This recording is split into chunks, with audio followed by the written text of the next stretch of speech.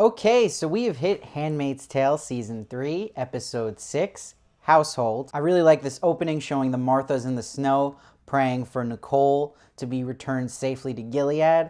I think it was a really good narration for June here, and it made you think a lot, like just being in her shoes, knowing that it's actually a good sign they're praying for her child to come home safely because that means she's not there. And I like the writing here where she's like, I'm gonna pray for Serena, or I'm just gonna hope she and Fred get hit by a truck, which really nails into the audience mindset about Serena at this point, where we were all kind of leaning in a way towards redemption for her, but now we're just over it. So Commander Lawrence quickly fills in June that Commander Waterford wants June to come with them to DC for the prayers he's going to have televised, and he thinks it's better if the whole household is there. This directly referencing the title of the episode, and I really like how this whole household theme worked because it was like getting the old band back together from season 1, and that didn't just include Commander Waterford and Serena, that included Rita, and it even included Nick later on. But obviously June here asks if Serena will be there, knowing this is her chance now to try to get Serena back in the right headspace. So let me just say, I was so happy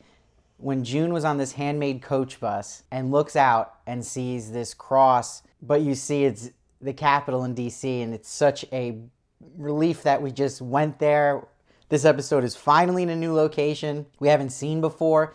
This is, to me, the best thing the show could have done at this point in time to really get us a little more amped and excited. I've been waiting for this, and I already love the scenery and the shots they're getting in this new landscape. All the great camera work they're doing just with the escalators and then having the prayer circle in the middle of the Handmaids. It was really some fascinating stuff. And the camera just did a great job of us feeling this awe in a way that June is, and seeing all these new things and hauntingly setting up these handmaids here in DC that are silenced with their past June, and they got the masks on. You're wondering what is going on. And a big important line here was just little ones like Aunt Lydia saying to June, go stand in your spot. They don't stand for disorder in the Capitol.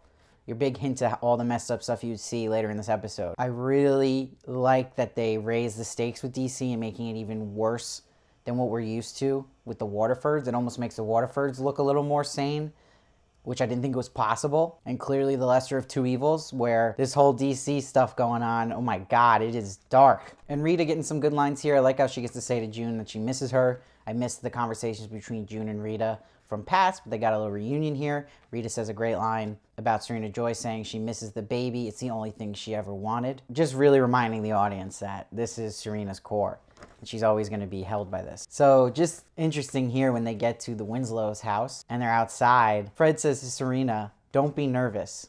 This is opportunity. And she's like, for whom? And he's like, us. All of us. Nichole. It's like this quick fix he has here. He slipped up on his whole fake smile game to get Serena back here, and she sees a little bit of that with his clear intentions to get a promotion here and move up the ladder. What I really loved was this next camera shot we got when they go inside the Winslow house. You see these two birds in a cage, and it fades out to Serena and Fred in line with them. To me, representing them being like these two birds and DC being this cage they're in. And like the two birds, they're kind of just aloof and mindless, and this is where they're going to get caged in. They don't even realize what they're getting into. And what was so effective about this episode is just the hints at DC almost, to me, going to be the downfall of Serena and Fred. And we all thought maybe it would be the handmaids that get them in the end, but it might actually be that a more evil type is the one who makes them suffer. And right off the bat, you're getting an idea of what the High Commander Winslow is like, played by Christopher Maloney. He doesn't greet Serena. He says you can thank Miss Winslow for inviting you. And you get little psychotic tendencies hinted at, where just the first kid runs in and he says under his breath, did we forget how to knock? And then all these kids pour in, and it's like the most messed up version of Cheaper by the Dozen. And then we see Miss Winslow come in, who I've been waiting for, which is played by Elisabeth Shirley from Haunting of Hill House. I love this actress. I loved her character in that show. If you haven't seen that show, watch it. And I love this line by Serena saying, are they all yours? And she's like, who else would they be? Ugh. So they effectively set up here just Serena starting to fall back for Fred and ease back into him and find what she loved about him. And they do this well in the bedroom scene. I like how it was shot, seeing the mirror reflection of Serena so we could see her reaction while Fred is talking, which was really cool to get a full frame of the conversation. And you see he puts this wedding ring down saying she's got to wear it, to look better on camera, but clearly there's something else going on there subconsciously. And you see Serena looks at this print of Nichole's baby feet, and it's almost like she has to keep reminding herself why she's doing all this crazy stuff and justifying her behavior. So then we see June gets a little handmade slumber party with Off George, and Off George at first isn't saying anything, and they tricked us well here because you're like, oh, I guess she's just really upset and not friendly, and that's what June's thinking. And then June turns around, and then Off George turns around, and Off George is Hannibal Lecter. Good Lord, I squealed at this. This really brought horror back into this show, legit, and it's so effective in the sense that it's actually making someone who's been through so much culture shock in June have a new taste of culture shock and seeing something even worse than she's been living in. But man, Off George with the trap over her face. Are all these handmaids on a milkshake diet? How are they eating? I guess they're using straws. And how are they brushing their teeth? Gotta be torturous, or they all just have really bad breath. So now we see this video shoot with the handmaids here, and you see Aunt Lydia is even taken back by the chompers on these handmaids. This is also where we see Nick appears, and we learn that he was actually called in by the Winslows and has not gone to Chicago yet. It was pretty humorous having Nick be the body double for Commander Waterford in this photo here, standing next to June and Serena, the real father of Nichole. And Serena, again, they zoom in on that ring on her finger, so clearly it's sinking more back into that with her and Fred. Commander Waterford's hitting all the right beats for her. So we see at this little daycare area for the kids, June gets to talk to Serena here. And I love that June always starts with Mrs. Waterford when she's being fake, and then when it gets real, she calls her Serena. And June's like, I know you don't want to do this. And Serena's like, seeing her changed everything for me. Then what is there to talk about? June has this great line where she's like, seeing her changed you. It didn't change this place. She deserves better. Our girl deserves better. And Serena's like, they seem happy here. And June's like, have you seen their handmaids? This to me just goes back to this birdcage thing. It just seems like Serena's getting way in over her head, as is Fred, and Fred's eagerness for promotion and Serena's hunger for her baby back is gonna actually destroy them in the end, and I think it will be DC doing this to them. I feel like Serena and Fred's karma is around the corner. So the Canadians now have asked the Swiss, who are neutral about this whole thing, to conduct interviews. And they asked to speak to the whole household, and Fred says they want to speak to them together, which is a total lie. So when we see they all go to this big meeting with the Swiss, I think at points the show does get a little over the top and artsy, and for me it was kind of silly having June come out with the red umbrella and everyone else having the blue umbrellas.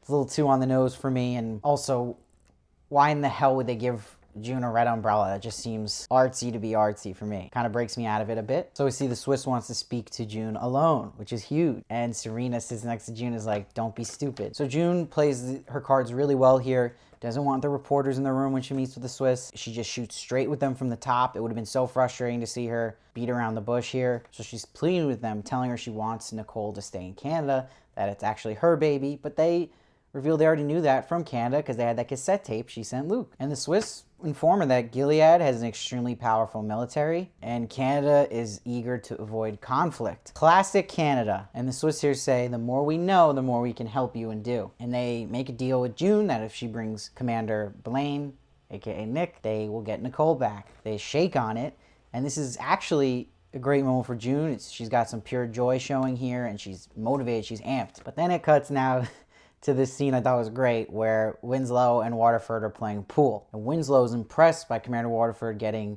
the Swiss to meet. But you knew right when Winslow was leaning his butt in front of Waterford that something was up, and he was into that. And this was a perfect casting for Winslow here to me, because he is intimidating mentally to Waterford and physically. We need someone convincing enough to make Waterford scared and intimidated and make him look weak. And he says, here's to your bright future, perhaps in D.C.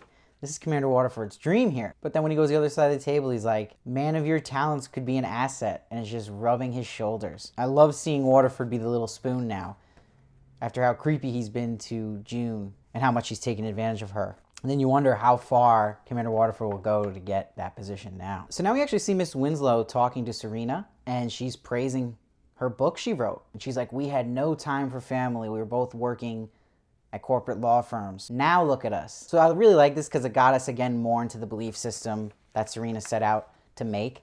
And I thought when we had some Serena flashbacks, they were very interesting, and I hope they get more into that. And Serena gets real googly-eyed here when Fred is playing with the doll in front of her. And this is where I believe she fully jumped back into Team Fred in her head. Also, heads up, Haunting of Hill House fans. I don't know if you noticed, but we got Shirley sitting in that room in front of a little tea party, and the tablecloth and the checker pieces are red. Maybe it's a connected universe. The Haunting of Handmaids. So then Nick shows up to see June. And you see here, Nick's not crazy about her making this deal with the Swiss. And he says, they don't care about us. They're politicians. They have their own agenda. Get in bed with government. It's not so easy to get out. This to me is Nick speaking from his own experience.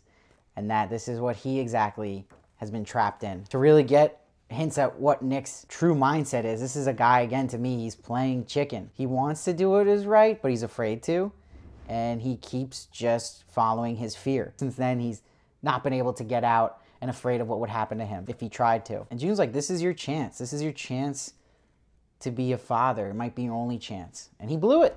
He didn't do it. And you see the next scene when Nick's standing there about to talk to the Swiss. He's thinking about it for a moment, what he's going to do. And he chickens out again. And we get this huge reveal, and the Swiss lady tells June that Nick can't be trusted. And she says their research indicates that. And then she says he left for Chicago.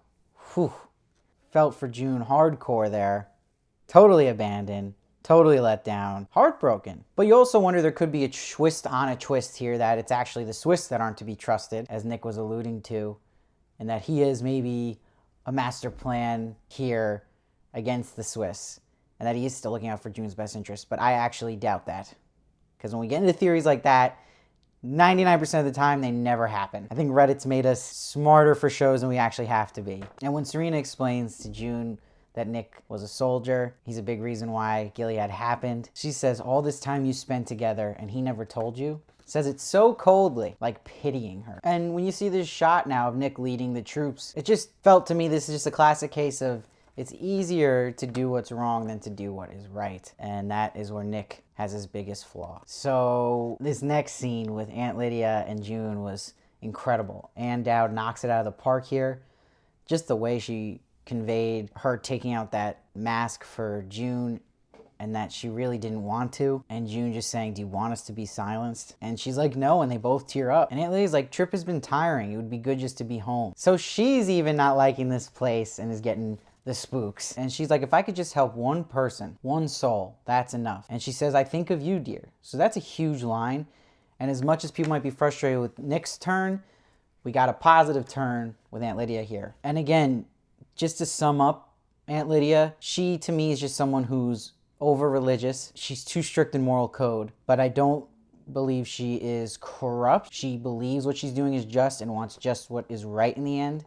Even though obviously she's wrong about what's right, she's not a sleaze like Waterford's intentions or Serena's. So when June even puts this mask on, it really is a beautiful scene. This theme of this whole episode with the masks, it's so timely and great, just connecting with women constantly being silenced in history and society currently, still, but showing how, like June, they're not silenced anymore. They're coming out. They're speaking against abusers. This is so powerful. It's haunting at the same time, too. It's Handmaid's Tale at its best. And wow, did I love this Lincoln Memorial part.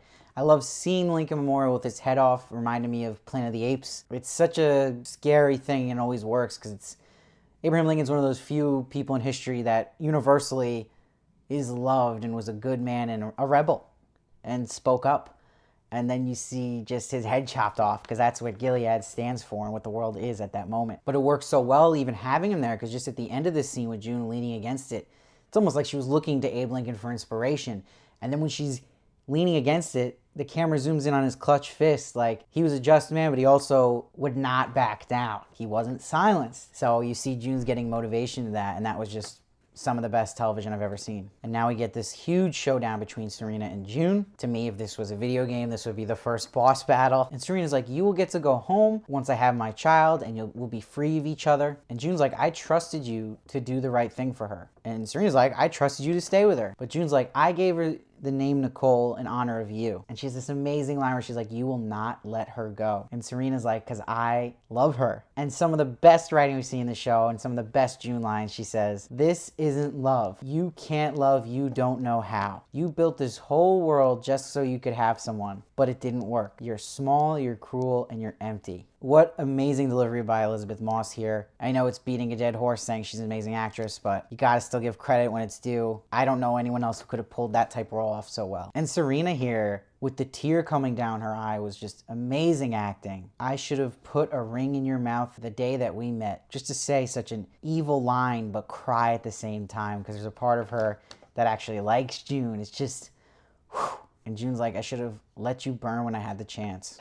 It's a breakup here. They're done. This is the favorite scene of the season for me so far. I don't know how you're going to top it, and it's definitely top 5 in this whole show. This was such a needed moment. We needed a huge confrontation with so much truth said by June, and this already felt like redemption to me, and really slam it home to Serena. I'd rather that than just something simple as her getting pushed down a flight of stairs or something. And again, like I already said, just powerful here looking at Lincoln after, and just amazing shot. We saw this in the Super Bowl teaser for the show with all the handmaids in Washington, seeing this new world. It had to put in June's head seeing this, that they have numbers here. Look how many handmaids were out there. I feel like this is setting up that revolt we've been waiting for. And yes, all these women have been silenced, but June, to me, is just the one. She's going to let them speak up now. Again, so relevant. And I love this little shot they had of the cross in June's eye. Again, because we know June has some faith in her. She's trying to keep her vision of God and religion and faith that's good that she was raised with still there, even though Gilead used it the wrong way in her eyes. And she still has faith when you got nothing else. And it was just great with the credits rolling. And you hear the flags just waving in the wind and no music. I thought that was smart and worked great. I want to give a special shout out to the director here. I'm going to butcher her name, but it's Dearbhla Walsh. She had such focus here and such Handmaid's Tale type tone and such consistency, and everything meant something here. And the writing by Dorothy Fortenberry. It progressed the story, there was conflict, it was relevant with the current times, there was also horror here, and there was hope. This is the Handmaid's Tale I've missed and know and love. This episode for me is getting a 9.8. Yes, that is a super high score, but this episode to me was just light years ahead of any episode this season. And one of the best in Handmaid's Tale history, and it just reminds me of, this kind of happened to me with season 2 where it started off slow and then we had that big explosion literally happen, and then everyone kind of got hooked to it again and gave me hope again. And I feel it here now. This was a very important episode that needed to happen, and it got me more excited for the show. And I hope it did for you guys too. Maybe you didn't feel that way. So I'd love to hear your guys' thoughts on this episode. It's a big one.